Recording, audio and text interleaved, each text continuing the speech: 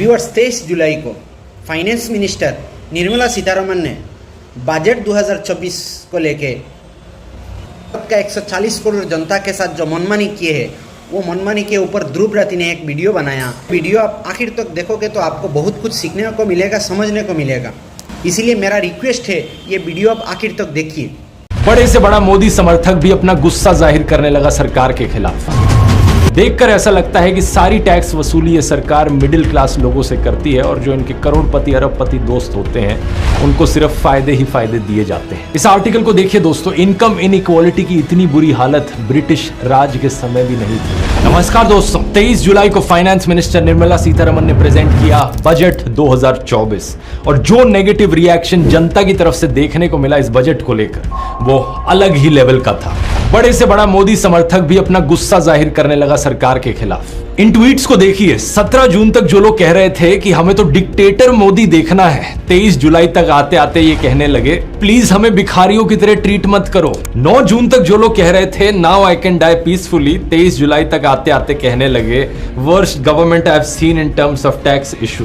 Comedian Abhijit Ganguly का ये tweet viral हुआ। If I earn money Nirmala tax लेती है, if I spend money then also Nirmala tax लेती है, इफ आई डोंट अर्न और spend both and my money is just lying in investment, Nirmala उसका भी टैक्स लेती है। और बेस्ट बात, अगर मैं टैक्स देता हूं उस पे भी एडिशनल सेस है तो उसमें भी निर्मला एक और टैक्स लेती है। फाइनेंस मिनिस्टर के ऊपर ये मीम्स भी वायरल हुए, you can't defeat me I know but she can. इसी लॉजिक को दर्शाते हुए एक ये फ्लो चार्ट भी बड़ा वायरल हुआ।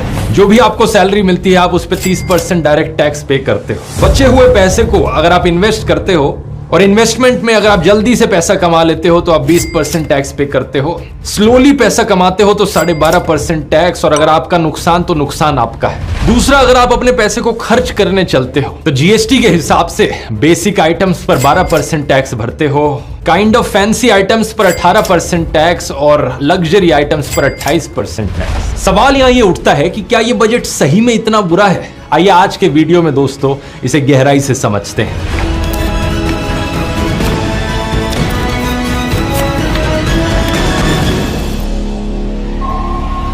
शुरुआत करते हैं उस चीज से जिसे सबसे ज्यादा क्रिटिसाइज किया जा रहा है, कैपिटल गेन्स टैक्स। ये टैक्स तब लगता है जब आप कोई अपना एसेट बेचते हैं, जैसे कि घर हो गया या जमीन हो गई, या फिर जब आप अपनी इन्वेस्टमेंट से प्रॉफिट कमाते हैं, जैसे कि स्टॉक मार्केट या म्यूचुअल फंड्स में जब आप पैसे इन्वेस्ट करते हैं।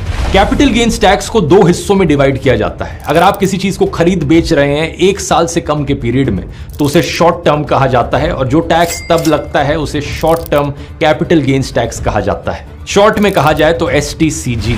लेकिन अगर आप अपनी इन्वेस्टमेंट्स को 1 साल से ज्यादा समय के लिए रखते हैं तो उसे लॉन्ग टर्म पीरियड कहा जाता है, और ऐसे केस में टैक्स लगता है long term capital gains tax, LTCG।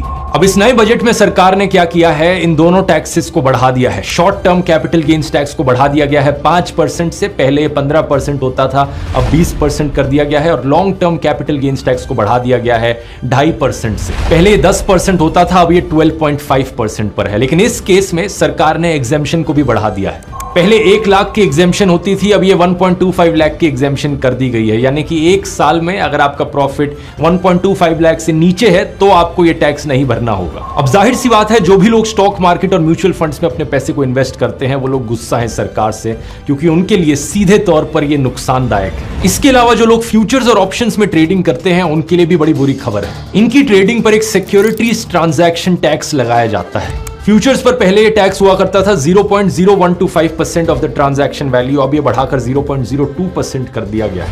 और ऑप्शंस पर पहले ये होता था 0.0625% ऑफ द ऑप्शन प्रीमियम, अब इसे बढ़ाकर सीधा 0.1% ऑफ द ऑप्शन प्रीमियम कर दिया गया है। अब लेकिन सरकार के पर्सपेक्टिव से अगर देखा जाए तो क्या जस्टिफिकेशन हो सकती है इन सारी टैक्सेस को बढ़ाने की?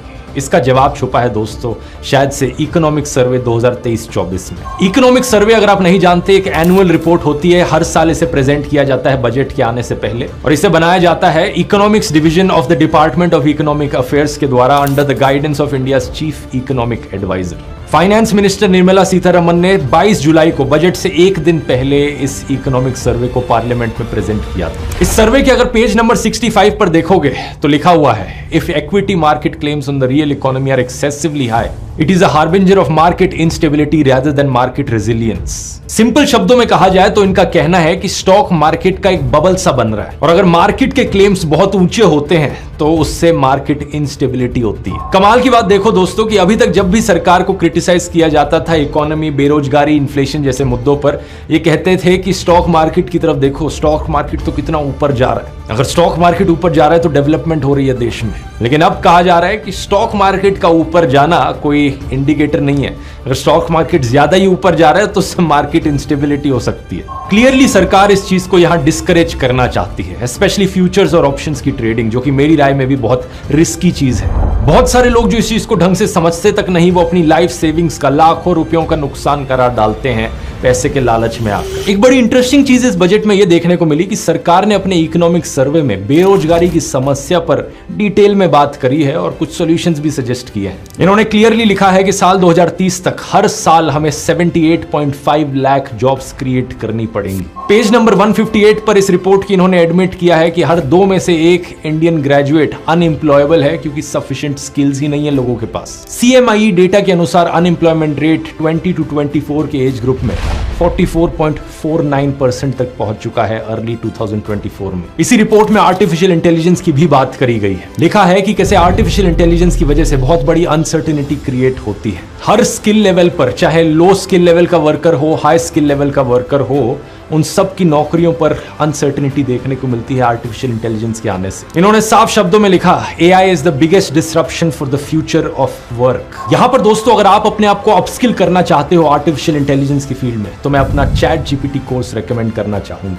ये 5.5 घंटे का कोर्स है जिसमें मैंने AI चैटबॉट्स का थ्योरी और प्रैक्टिकल दोनों समझाया है। इसमें आप सीखेंगे कि कैसे पढ़ाई करते वक्त और अपने काम में आप अपनी प्रोडक्टिविटी और एफिशिएंसी को कई गुना बढ़ा सकते हैं चैटबॉट्स का इस्तेमाल करके। चैप्टर 4 में इसके पर्सनल यूज केसेस भी बताए हैं, कैसे आप फिटनेस, हेल्थ और अपने घर के कामों में इसका इस्तेमाल कर सकते हैं। चैप्टर 5 बिजनेस ओनर्स के लिए है, जिसमें आप इसके जरिए अपने बिजनेस की मार्केटिंग, लिस्टिंग करना सीख सकते हैं, मार्केट रिसर्च और कस्टमर फीडबैक मैनेजमेंट करना सीख सकते हैं। और इतना ही नहीं, रेगुलरली मैं इस कोर्स में नए लेसन्स ऐड करता रहता हूं। आप में से जो लोग इस कोर्स को ऑलरेडी खरीद चुके हैं, उन सब के लिए ये updates completely free of cost रहेंगे। लेटेस्ट अपडेट में अब चैप्टर 8 ऐड कर दिया गया है इस कोर्स में। उसके पहले 4 लेसन ऑलरेडी लाइव हो चुके हैं और 4 लेसन्स अगले महीने आ रहे हैं। स्क्रीन पर आप कुछ लोगों के रिव्यूज देख सकते हैं जिन्होंने इस कोर्स को लिया है, उन्हें कितना हेल्पफुल लगा। अगर आप इंटरेस्टेड हैं, कूपन कोड यूज कीजिए LEARN43 43% ऑफ पाने के लिए, आप में से पहले 1000 लोगों के लिए। लिंक इसका नीचे डिस्क्रिप्शन में मिल जाएगा या फिर आप इस QR कोड को भी स्कैन कर सकते हैं। अब टॉपिक पर वापस आए तो मार्केट में पैसे नहीं इन्वेस्ट करने तो गोल्ड और प्रॉपर्टी जैसी चीजों का क्या?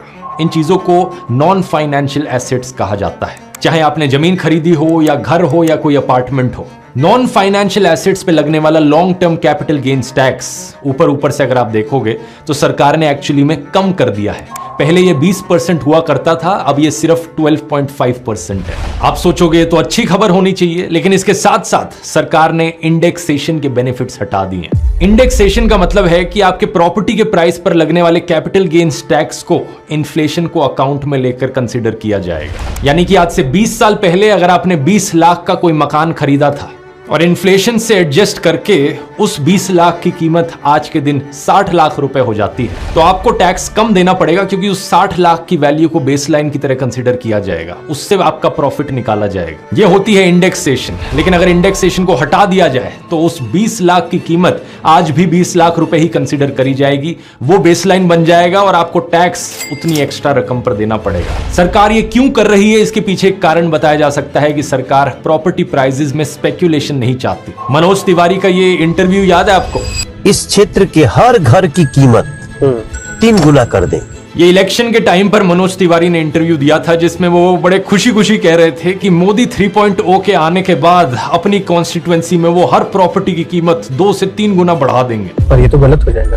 क्यों? मान लीजिए आपके पूर्वांचल से जो लोग आएंगे यहाँ पे, वो तो कभी घर ही नहीं खरीद पाएंगे।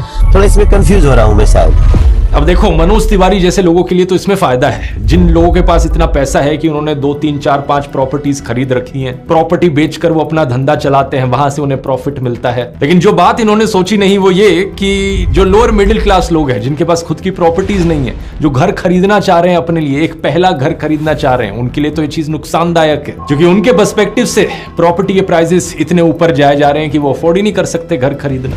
यहां भी जब प्रॉपर्टी प्राइसेस ओवर वैल्यूड हो जाते हैं इस तरीके से, इसे एक रियल एस्टेट बबल कहा जाता है। तो सरकार प्रॉपर्टी में इन्वेस्टमेंट को भी डिस्करेज करना चाह रही है। लेकिन आपके लिए यहां पर पर्सनली फायदा होगा या नुकसान, ये आपकी पर्सनल सिचुएशन पर डिपेंड करता है, क्योंकि कई सारे छोटे मोटे रूल्स हैं जिन्हें कंसीडर करना पड़ेगा। जैसे कि सरकार ने एक रूल बनाया है, अगर आपने अपनी प्रॉपर्टी साल 2001 से पहले खरीदी है तो आपको इंडेक्सेशन के बेनिफिट्स मिल जाएंगे, लेकिन उसके बाद नहीं मिलेंगे। अब एग्जैक्टली जो बेनिफिट मिल रहा है टैक्स के कम होने से, 20% से 12.5% होने से, और जो नुकसान हो रहा है इंडेक्सेशन बेनिफिट के हटने से, इससे ओवरऑल आपको फायदा होगा या नुकसान, ये एक एग्जांपल से समझते हैं। अज्यूम कर लो कि आपने साल 2004 में 20 लाख रुपए खर्च करके एक प्रॉपर्टी खरीदी थी। इन्फ्लेशन से एडजस्ट करके उस 20 लाख रुपए की आज की वैल्यू होगी 64.2 लाख रुपीस। ये कैसे कैलकुलेट हुई? CII वैल्यू डिसाइड करके। CII होता है कॉस्ट इन्फ्लेशन इंडेक्स, जो कि एसेट के प्राइसेस की हर साल की इन्फ्लेशन कैलकुलेट करता है। हर साल इनकम टैक्स डिपार्टमेंट CII के नंबर्स रिलीज करती है और बेस ईयर यहां पे साल 2001 को लिया जाता है। साल 2004 में जब हमने प्रॉपर्टी खरीदी, उस साल की CII वैल्यू थी 113 और इस साल की CII वैल्यू है 363। तो 363 डिवाइडेड बाय 113 होता है 3.21, और इसी नंबर को हम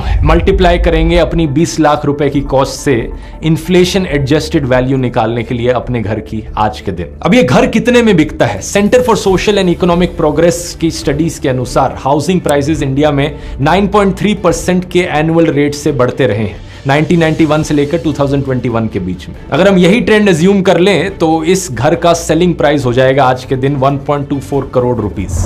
यानी कि 2004 में हमने एक प्रॉपर्टी खरीदी 20 लाख की, 2024 में हम इस प्रॉपर्टी को बेच रहे हैं 1.24 करोड़ रुपीस की कॉस्ट में। पहले पुराने सिस्टम से देखते हैं हमें कितना टैक्स भरना होगा। पुराने सिस्टम में इंडेक्सेशन को कंसीडर किया जाएगा तो 1.24 करोड़ माइनस 64.2 लाख हुआ 60 लाख रुपीस, और इस पर पुराने वाला long term capital gains tax लगाया जाएगा 20% का, जो कि होता है करीब 12 लाख रुपए का टैक्स हुआ हमारे लिए। अभी के सिस्टम की बात करें तो इंडेक्सेशन के बेनिफिट्स चले गए तो हम 1.24 करोड़ माइनस 20 लाख करेंगे, जो कि होता है 1.04 करोड़ रुपीस, और इस पर अभी का नया long term capital gains tax लगाया जाएगा 12.5% का, जिससे कि हमारा ओवरऑल टैक्स निकलेगा 13 लाख रुपीस का। तो ये एक बड़ा रियलिस्टिक एग्जांपल है रियलिस्टिक प्राइसेस के साथ। इस स्पेसिफिक केस में आप देख सकते हो कि करीब 1 लाख रुपए का नुकसान हो रहा है नए सिस्टम के आने के बाद। कई लोगों ने कंसर्न जताया है कि क्योंकि नया सिस्टम इतना नुकसानदायक है, लोग टैक्स बचाने के लिए कैश में डीलिंग करने लगेंगे, जिसकी वजह से ब्लैक मनी की सर्कुलेशन और भी बढ़ जाएगी।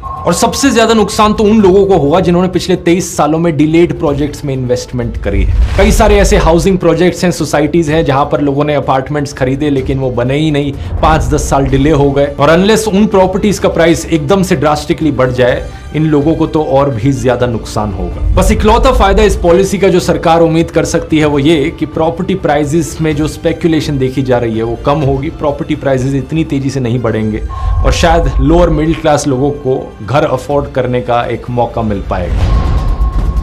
फिर आते हैं हम एंजल टैक्स पर, वो टैक्स जो स्टार्टअप्स पर लगाया जाता है जब भी स्टार्टअप्स अपने फ्रेश शेयर्स इशू करते हैं अपने कंपनी के फेयर मार्केट वैल्यू से ऊपर के प्राइस पर। और नए बजट में सरकार ने इस टैक्स को हटाने का प्रपोज किया है। ये एक अच्छा फैसला है। इनफैक्ट ये एक ऐसा फैसला है जिसे ऑपोजिशन पार्टीज ने भी प्रेज किया है। कांग्रेस लीडर्स का तो कहना है कि उनकी ये डिमांड काफी समय से रही थी, और इनफैक्ट ये चीज उनके खुद के मैनिफेस्टो में भी लिखी गई थी। फिर इनकम टैक्स पर तो उसमें कुछ बहुत छोटे से माइनर चेंजेस किए गए हैं जो एक छोटे से स्केल पर फायदेमंद रहेंगे मिडिल क्लास लोगों के लिए। जैसे कि स्टैंडर्ड डिडक्शन को 50,000 से बढ़ाकर अब 75,000 रुपीस तक कर दिया गया है। स्लैब्स में भी थोड़ा सा चेंज आया है। पहले 3 से 6 लाख रुपए की ईयरली इनकम पर 5% का इनकम टैक्स लगता था, अब 3 से 7 लाख रुपए की इनकम पर 5% का टैक्स लगेगा। सिमिलरली 10% टैक्स रेट का जो स्लैब था वो पहले 6 to 9 लाख की रेंज में था, अब वो 7 to 10 लाख की रेंज में। 15% टैक्स का भी पहले 9 to 12 लाख की रेंज थी, अब 10 to 12 लाख की रेंज है। बाकी आगे के टैक्स रेट्स में कोई बदलाव नहीं आया। एग्जैक्टली आपके लिए यहां पर कितना फायदा होगा वो डिपेंड करता है कि आपको कितने डिडक्शंस मिल रहे हैं सेक्शन 80D, 80TTA, 80TTB के अंडर। एग्जैक्टली आपकी एनुअल इनकम कितनी है, लेकिन मोटे मोटे तौर पर कहा जाए तो एक मिडिल क्लास आदमी के लिए नेग्लिजिबल फायदा है इस चीज में भी। इसे आप पिछली सरकारों से कंपेयर करो तो ये एक इंटरेस्टिंग चार्ट मिंट ने बनाया है। आप देख सकते हो साल 2006 और 12 के बीच में कितनी बार 0% और 30% का स्लैब ऊपर बढ़ाया गया था मिडिल क्लास लोगों के फायदे के लिए, लेकिन यही स्लैब्स पिछले 12 सालों से चेंज नहीं किए हैं सरकार ने। सिमिलर चीज कैपिटल गेन्स टैक्स के लिए भी कही जा सकती है। क्या आप जानते हो साल 2004 में जब मनमोहन सिंह की सरकार बनी थी तो long term capital gains tax 0% पर था। सिर्फ 2018 में ही नई मोदी सरकार इस टैक्स को वापस लेकर आई, जिसे अब बढ़ाकर 12.5% पर कर दिया गया है। ये एक और बड़ा मुद्दा है जिस पर सरकार को क्रिटिसाइज किया जाता है, क्योंकि एक साल में अगर आपकी तनख्वाह 15 लाख रुपए से ज्यादा है तो आप पर मैक्सिमम टैक्स रेट अप्लाई होता है 30% का, लेकिन दूसरी तरफ किसी और की तनख्वाह 1 करोड़ से ज्यादा है तो उस पर भी यही 30% का टैक्स रेट अप्लाई होता है। लेकिन असलियत में एक आदमी करोड़पति और दूसरा आदमी जिसे middle to upper middle class कहा जा सकेगा। बहुत बार हमने देखा है कि लोगों ने और ऑपोजिशन पार्टीज ने मोदी सरकार को अडानी अंबानी की सरकार करके पुकारा है। उसके पीछे यही कारण है। देखकर ऐसा लगता है कि सारी टैक्स वसूली ये सरकार मिडिल क्लास लोगों से करती है और जो इनके करोड़पति अरबपति दोस्त होते हैं उनको सिर्फ फायदे ही फायदे दिए जाते हैं। ये चीज एक और डेटा पॉइंट में झलकती है। बजट डॉक्यूमेंट्स में हमें देखने को मिलता है कि सरकार के पास जो कमाई हो रही है वो 19% पैसा इनकम टैक्स से आ रहा है, 18% जीएसटी से आ रहा है और सिर्फ 17% कॉर्पोरेट टैक्स से आ रहा है। अब इस ग्राफ को देखिए, हमेशा ऐसा नहीं होता था। 2014-15 और उससे पहले मेजॉरिटी शेयर सरकार का एक्चुअली में कॉर्पोरेट टैक्स से आता था, यानी कि कंपनीज पर लगाए जाने वाले टैक्स से। धीरे धीरे सरकार कॉर्पोरेट टैक्स को कम करती गई है ओवर द ईयर्स और ज्यादातर अपनी टैक्स वसूली इंस्टेड करती गई है इनकम टैक्स पेयर्स से। फाइनेंस मिनिस्टर ने 5 स्कीम्स की बात करी जिनके लिए 2 लाख करोड़ रुपए का आउटले रखा गया है। पहला है फर्स्ट टाइम एम्प्लॉयमेंट सपोर्ट। जो लोग अपनी पहली नौकरी करने जा रहे हैं और जो सरकार के ईपीएफओ में रजिस्टर्ड है उन्हें अप टू 15,000 रुपीज मिल सकते हैं सरकार से। दूसरा, मैन्युफैक्चरिंग के सेक्टर में स्पेसिफिकली और बेनिफिट्स दिए गए हैं एम्प्लॉयज और एम्प्लॉयर्स दोनों को। तीसरा, एम्प्लॉयर सपोर्ट प्रोवाइड किया गया है ताकि इंकरेज किया जा सके और एम्प्लॉयर्स को कि वो और एम्प्लॉयज हायर करे। सरकार up to 3,000 rupees per month 2 सालों के लिए ईपीएफओ में कंट्रीब्यूट करेगी एम्प्लॉयर्स के बिहाफ पर। चौथा, सरकार ने कहा है कि एक स्किलिंग स्कीम लॉन्च होगी जिसमें 20 लाख यूथ को वो अगले 5 सालों में स्किल्ड बनाएंगे। और पांचवा सबसे इंटरेस्टिंग, सरकार ने कहा है कि इंटर्नशिप अपॉर्चुनिटी सरकार प्रोवाइड करेगी 1 करोड़ यूथ के लिए टॉप 500 कंपनीज में फॉर 12 मंथ्स। ये पॉइंट बड़ा इंटरेस्टिंग इसलिए है क्योंकि कांग्रेस के मैनिफेस्टो में एग्जैक्टली सेम चीज लिखी गई थी, टॉप कंपनीज में इंटर्नशिप अपॉर्चुनिटीज प्रोवाइड किया जाना। तो ये एक ऐसी चीज है जो दोनों तरफ की पार्टीज फेवर कर रही हैं और एक अच्छी स्टेप है। बस ये देखने वाली बात होगी कि इंप्लीमेंटेशन एक्चुअली में कितनी करी जाती है इस स्कीम की। ऑलरेडी आप 24 जुलाई की ये स्टेटमेंट देख सकते हो फाइनेंस मिनिस्टर की कि ये जो जॉब स्कीम है ये कंपनीज के लिए कंपलसरी नहीं होंगी बल्कि उनके लिए बस एक नज होंगी। तो कितनी कंपनीज इसे एक्चुअली में इंप्लीमेंट करेंगी ये एक बहुत बड़ा सवाल है। इसके अलावा रोडवेज, रेलवेज, एजुकेशन और हेल्थ केयर जैसे सेक्टर्स में सरकार कितना खर्च कर रही है कितना नहीं कर रही, इसकी बात मैंने पिछले वीडियो में करी थी जब फरवरी के महीने में सरकार ने इंटरिम बजट अनाउंस किया था। उस वीडियो को जाकर देख सकते हो। और फाइनली जो आखिरी पॉइंट आता है जिसे एक और बार बहुत ज्यादा क्रिटिसाइज किया जा रहा है वो है अलग अलग स्टेट्स में पैसों की डिस्ट्रीब्यूशन। इस बजट में सरकार ने स्पेशली आंध्र प्रदेश और बिहार की स्टेट्स को बहुत ज्यादा पैसा एलोकेट किया है बाकी स्टेट्स के कंपैरिजन में। 15,000 करोड़ रुपए दिए गए हैं आंध्र प्रदेश की कैपिटल अमरावती की डेवलपमेंट के लिए। अब आंध्र प्रदेश में तो ऑलरेडी इलेक्शंस हो चुकी हैं लेकिन बिहार की इलेक्शंस आनी बाकी हैं, तो बिहार को जो पैसा दिया जा रहा है वो नेक्स्ट लेवल का ही है। 60,000 करोड़ रुपीस खर्च करेगी सरकार अलग अलग इंफ्रास्ट्रक्चर प्रोजेक्ट्स में बिहार में, expressways, power plants, heritage corridors, नए एयरपोर्ट्स बनाने में और 11,500 करोड़ रुपए स्टेट को दिए जा रहे हैं फ्लड मिटिगेशन के लिए। इसके अलावा जो टूरिज्म का बजट होता है उसमें सबसे बड़ा शेयर बिहार को दिया जा रहा है। विष्णुपद मंदिर गया में और महाबोधि मंदिर बोध गया में इन्हें वर्ल्ड क्लास फैसिलिटीज और टूरिज्म इंफ्रास्ट्रक्चर दिया जाएगा, फाइनेंस मिनिस्टर ने कहा। यह बात बड़ी साफ है कि बीजेपी अपनी माइनॉरिटी गवर्नमेंट में अपने एलाइज टीडीपी और जेडीयू को खुश रखने की कोशिश कर रही है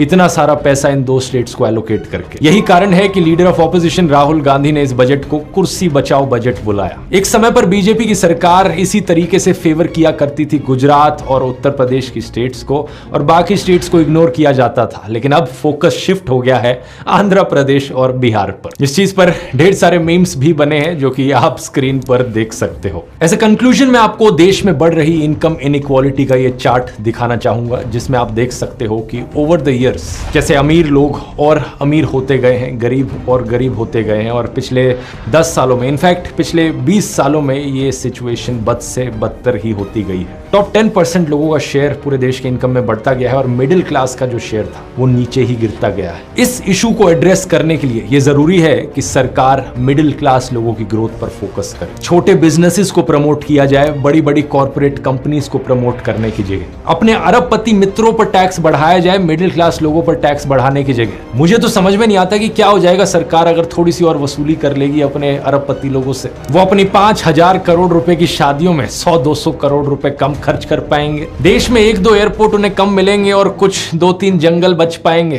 क्या ही हो जाएगा उनका। इस आर्टिकल को देखिए दोस्तों, इनकम इनइक्वालिटी की इतनी बुरी हालत ब्रिटिश राज के समय भी नहीं थी। सोच सकते हो, ये सिर्फ आने वाला टाइम ही बताएगा कि सरकार की ये नई पॉलिसीज चीजों को कितना बेहतर बनाती हैं और कितना बदतर। वीडियो पसंद आया तो चैट जीपीटी कोर्स का लिंक नीचे डिस्क्रिप्शन में मिल जाएगा, और आर्टिफिशियल इंटेलिजेंस को अगर आप और गहराई से समझना चाहते हो तो यहां क्लिक करके ये वाला वीडियो देख सकते हो। बहुत बहुत धन्यवाद।